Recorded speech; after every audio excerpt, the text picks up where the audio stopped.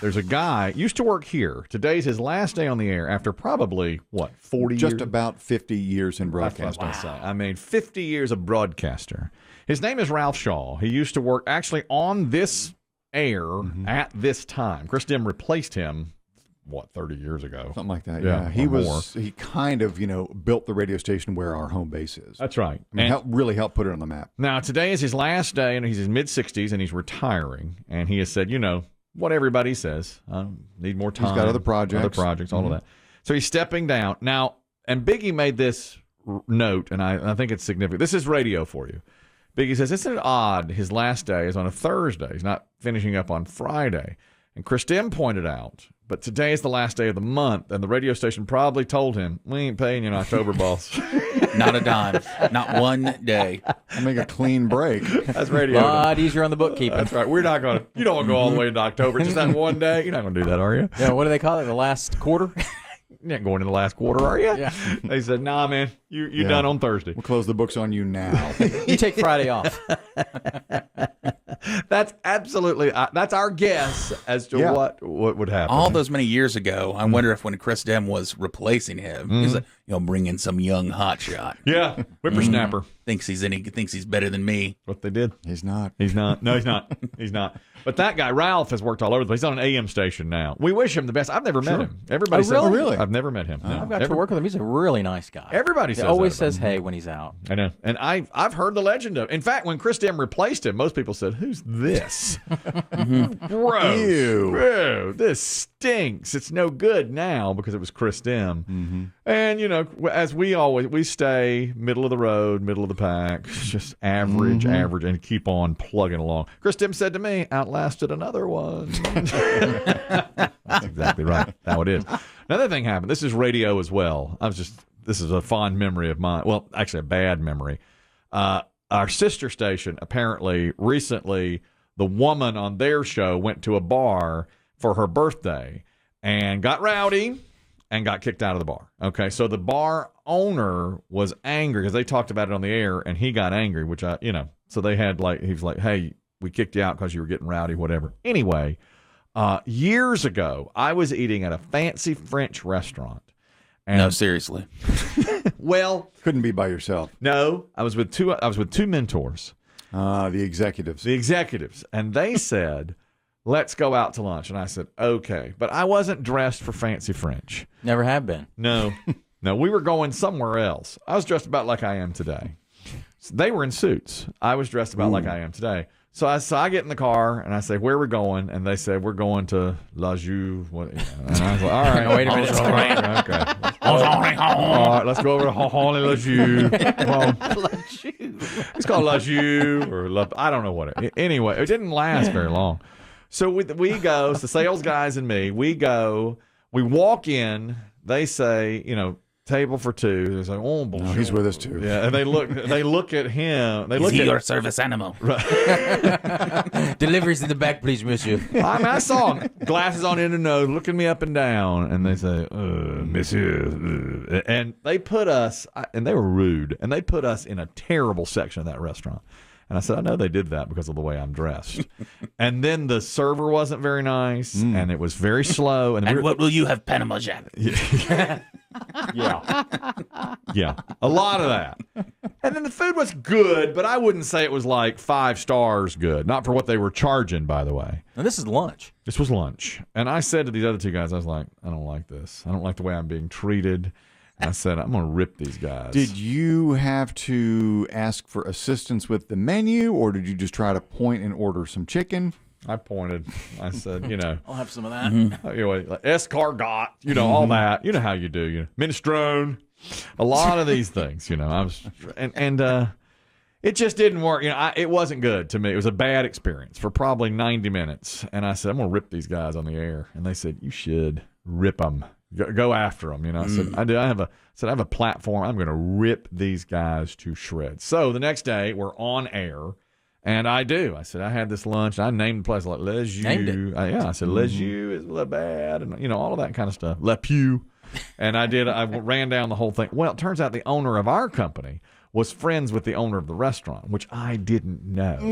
And boy, he called me on the carpet. He said, "Don't you ever run down a place of that's a local establishment that's trying to make their living, and how dare you use this as your own personal sounding board to say bad things about somebody. Plus, that's my friend. His the vein in his temple started to beat. I know it was terrible. And then our general manager tried to defend me and said, "No, give the boy a break." And I'm not giving the boy anything. And I was like 23 years old going, "Oh, geez, I thought I was gonna get fired." I really remembered did. it, didn't you? Oh yeah, and I always have, and therefore I don't mention. I just say, "Hey, good job, lottery." I say stuff like that. Thanks, Costco. Oh, yeah, I don't say know bad anything things. about anything.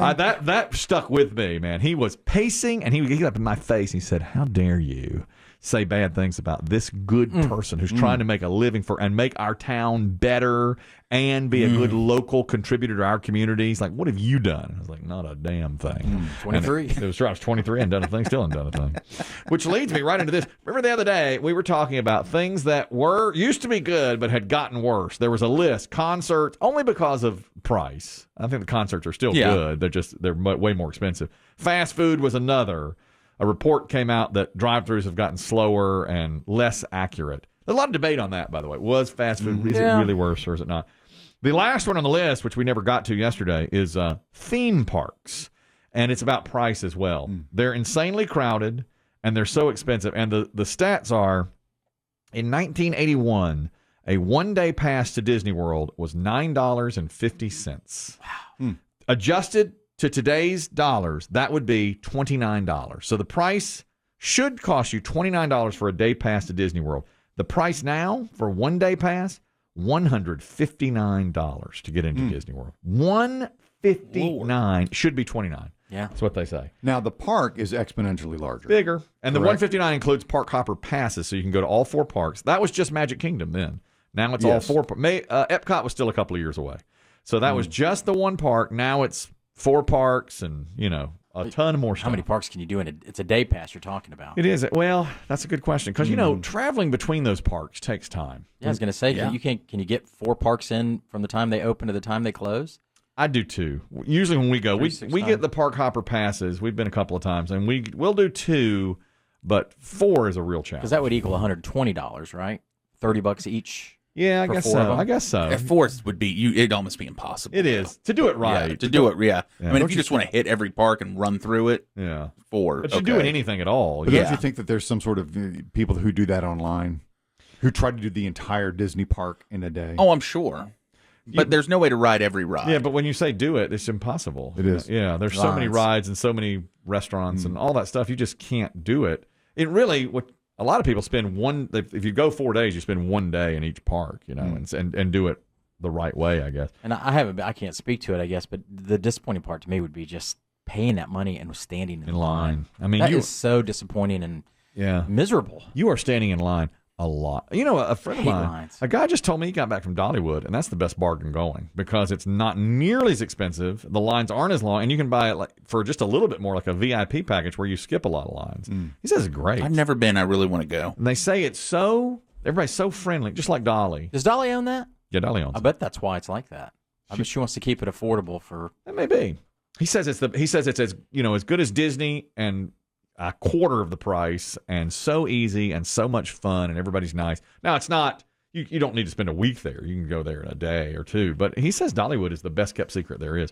Do you know that Disney, they're celebrating this weekend the 50th anniversary of the opening of Disney World, yes, Orlando. Not Disneyland's older. Disney World opened 50 years ago this weekend, and they have now 77,000 employees. About 22 of those employees were there the very first day. Were employed by about 2 dozen. They're execs now, though, right? No, they're not. A lot of them have kept their same job or just worked their way up the ladder a little bit. They're not executives. Like Chris Tim and I saw an interview with 3 of them. They were hired. One guy was hired right out of high school as like a ticket taker, and he still in the booth works there. Yeah, he's still there, still doing it. And they love Disney. And he said, he picked the job right out of high school thinking he wouldn't be there that long, and he's been there 50 years because he says he's been treated well. What did they do during the pandemic? Closed. I know they were closed, but what did the workers do? Did they continue to pay them? I don't know. No, but well, they cut their pay because remember a lot of them got fired. Yeah. They lost a lot of employees during the pandemic. That's a good question. 24 from the first day still employed there as they celebrate the 50th anniversary of Disney tomorrow. And all these guys that were interviewed said, I wouldn't trade it for anything. You know, it's been a great ride, a great experience, and we're still here because of the way we're treated and the way we like the parks, you know? Good story. It really is. Can you imagine working a place for 50 years? Some people do it, but Disney, wow. Plus, you got to think, he got hired, he was 18, now he's 68. To work there that long, that's really something, isn't it? Was Walt Disney alive then when they opened Orlando? No, we just talked about that earlier. He died, I believe, while it was on the drawing board. Yeah, really? They were building. He died, I think, in 71. I don't believe he was there for the grand opening, but we were saying earlier, what were we talking about Disney? Oh, Tommy Kirk. Tommy Kirk. Did you hear Tommy Kirk died? No. Do you know who that is? No. He's Yeah, the you boy. do. He's the kid from Old Yeller who shot Old Yeller. Oh. Tommy Kirk died. And listen to this. Listen to this. A dog shot him. It was maybe the most ironic thing. Revenge. Dog stepped on the Revenge. trigger. You talk about a dish best served cold. How old is that movie? Oh, gosh. It's 65 years I mean, old? what was he, 11 when they made that movie? 12? Yeah. Probably He died 12. at 79. 67 years old. You Is that- killed my great grandfather. What? It was a movie. Great.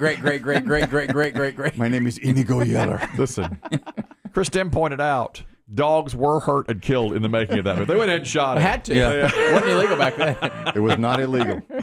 You want to twist about Please. now? Tommy Kirk is. I never knew his name. No, I didn't. I knew when Chris Demm said Tommy Kirk died. I said, "How do I know that name? It's the guy. It's the kid Yeah. from Old Yeller." He was a Disney kid for a while. He made Disney movies. Yeah. And then it all came tumbling down one fateful day in 64. Yes, he was fired at age 21 because he was still part of quite a few movies that Disney was making. He was in their stable of actors. Walt Disney himself fired him, and do you know why? He was gay. Tommy Kirk was gay. And he said at age like 17 or 18, I knew I'm gay and I'm not going to be able to change. And so I guess rumors started spreading that he was gay, and Walt Disney said, bring him into my office. You're out. And you're out, yeah. And as Chris Demm pointed out, cruelly, he fired him in the Mickey Mouse voice. Get your face and get out, huh? And you know the Don't ever darken these doors again, huh? you know the homophobics back then. Oh my God, it's terrible to hear. I read, this Tommy Kirk, he said that he was, mostly high for decades of his life. He was just in turmoil. Yeah, because He did not have a very happy life. It's unfortunate, really. I mean, what the timing? See, today, if Old Yeller were made and he was gay, nobody'd care. What did he do after Disney? Would we know him from anything else? Bad movies. He made some, like what is it? How to Stuff a Wild Bikini or something like that. Stuff like the Ghost in the Invisible Bikini. Oh, B and He C became level. like a B or C level Frankie Avalon. May he rest. Yeah, no kidding. Tommy Had Kirk. no idea. This is theme park related as well. Six Flags Discovery Kingdom in Northern California had 100 high school students get into a massive brawl 2 days ago. Is that extra? They had to call the police. Is that part of the ticket price? Yeah, they did it. And Hey, everybody, the brawl's starting. a lot of the employees just stood around and watched. Like, I'm not getting in the middle Hey, of this that. is good. How do you stop 100 people from fighting? Exactly. They called 911. Cops came in and eventually broke it up, but it was like a riot. And Do you have to use the tear gas? I don't know if they did or not. That's a good question. People were running all over the park. Everybody called 911. Cops came. Apparently, it started over some sort of dispute over food. Who wanted somebody's hamburger or something they were trying to get at. This is a Six Flags in Northern California. Here's a witness. People were just running towards there. They were fighting out of control. And even though the security was grabbing them and trying to get them out of there, they were still fighting. I mean, it went bad. Never been to a Six Flags. I haven't either. Take it back. Went to Georgia. Six Flags went over to Georgia. Georgia. Pretty good. I was like 6. Yeah. It was they good roller coasters. Didn't ride and, anything. and good rides. Oh. I think I told you that's when I somebody gave me one of those necklaces that glows. It was a glow necklace at night, and I chewed on it. You ever stop How old eating? were you? You just can't stop putting things in your mouth. Oh, I was 24. Jesus. You got the green all over your mouth? I chewed on it, and green was leaking down my mouth, and I felt terrible. feel I good. felt very woozy. Hopefully it was non-toxic at that time. At that time? I don't know. Edible. I don't know that it was. I don't think it was non-toxic because it really was bad. It tasted bad and it made me Of sick. course. And my friends were like, "You're an idiot." Your mouth is chewing green. that." I mean, and my teeth got green and everything. It was really ugly. It was nasty. Did you do it to try to impress a girl? I don't really remember why I did. Who is that sexy thing with the green, With the Martian mouth. glow in the dark juice running all down his mouth? No, why I did Want to something. come watch me pee? That was. It was a terrible idea. I'll just say that. It was a terrible, terrible idea. Don't do it. What was this group in California? A school group? Yeah. And a bunch of teenagers, and they They were all together they as a got school group? I don't think they were all together, but Oh, they were all teens that were involved in it. That's a field trip? A month into school year? You know, I'll tell you this: when you go to Disney, you see a lot of groups like all wearing the same shirt or carrying the same sign. It's like 30, 50 people there at once. That makes the lines go really big too, because they'll all get in line for one thing instead of splitting up like that. There was another near riot. This was, and Biggie saw this as did I. This was in a food court, a mall food court. Dozens of folks who don't believe in vaccines or masks stormed a food court and chanted. Well, they had several chants going there about going in to eat. Apparently, the food court had said you're going to have to show your vaccine card before you could get in. But in reality, they had dropped that, so they didn't enforce it. So you were able to go and eat. So these guys all went in and started eating. There they are.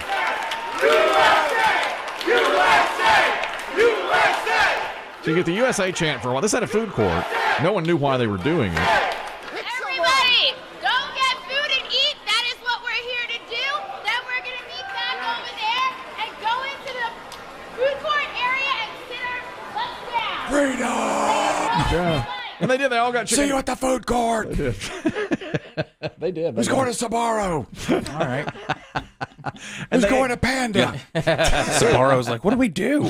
They fed them. Serve them. Charge them. Because there was no rule against it. They had not enforced that. They said you need your vaccine card, but nobody nobody gave it out. Nobody wore a mask or anything. And then, now we were talking about the Britney Spears, the Free Britney movement, and their chant is, hey, hey, ho, ho, the conservatorship has got to go, which is long and wordy. Wordy. This is this group's chant. To me, it was much more concise. Joe Biden! That's F. Joe Biden.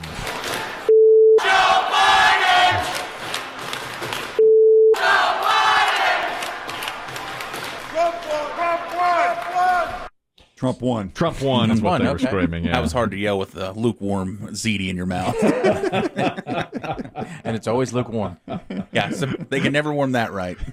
That's Sbarro, boy. I don't even think I could protest. This not pizza. This ain't pizza. It's under glass. Yeah. It's just, Oh, it always seems so nice and fancy though too, because they pull this big slice out and be like, "Let me warm it in the oven for I know. you." I don't even think the oven was on. it's not any good. Don't say anything bad about him, though. I think the owner of the station is good friends with Mr. Sparrow.